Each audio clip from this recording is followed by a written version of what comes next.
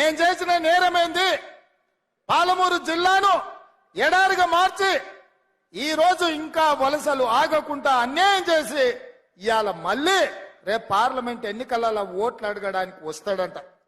నేను అడుగుతున్న చంద్రశేఖర్ రావును, ఈ 10 ఏళ్లలో మా జిల్లా పేరులో మా జిల్లా అభివృద్ధి ముసుగులో వేలాది కోట్ల రూపాయలు కాంట్రాక్టర్లకు ఇచ్చి కమిషన్లు కొట్టి పాలమూరును ఎండబెట్టినావు. కొడంగల్ ఎడారిగా మారింది, వలసలు ఆగలేదు. ఇవాళ మేము ఓట్లు అడగాలంటే కొడంగల్ కాదు పూనా పోవాల్సి వస్తుంది. ఎందుకు మా లంబాడి సోదరులు తండాలు వదిలి పూనా బొంబాయి ప్రాంతాలలో నివసిస్తున్నారంటే ఈ ప్రాంతం ఎడారిగా ఉంది కాబట్టి మా బిడ్డలు ఇవాళ వలస పోతున్నారు. అందుకే ఆయన నేను చెప్పిన, మీరు నాటిన మొక్క ఇవాళ పెద్దదైంది, వృక్షమైంది, రాష్ట్రానికి నీడిచ్చే పరిస్థితి వచ్చింది. మీరు ఆదరించి అత్యధిక మెజారిటీతో గెలిపించండి. ఈ రాష్ట్రానికి ముఖ్యమంత్రినై 70 ఏళ్ల మన గోసలు తీర్చడానికి పార్టీ నాయకులందరినీ ఒప్పిస్తానని నేను చెప్పిన. మీరు మీ మాట నిలబెట్టుకున్నారు.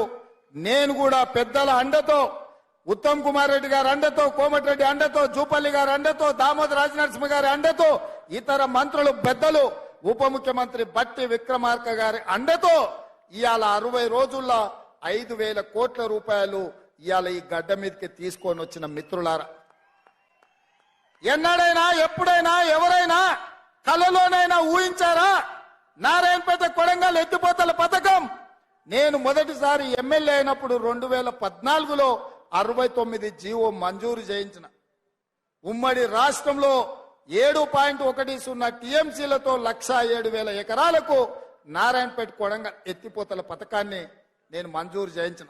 ఇది మొట్టమొదట కీర్తిశేషులు చిట్టం నర్సిరెడ్డి గారు, రాజశేఖర రెడ్డి గారిని అడిగినరు. ఆనాడు పునాదులు పడ్డ ప్రాజెక్టును 2014లో నేను మంజూరు చేయించుకొచ్చిన. ఉమ్మడి రాష్ట్రంలో తెలంగాణ ప్రాజెక్టులు, పాలమూరు ప్రాజెక్టులు ఆగిపోయినాయంటే అన్యాయం జరిగిందంటే అర్థం ఉంది.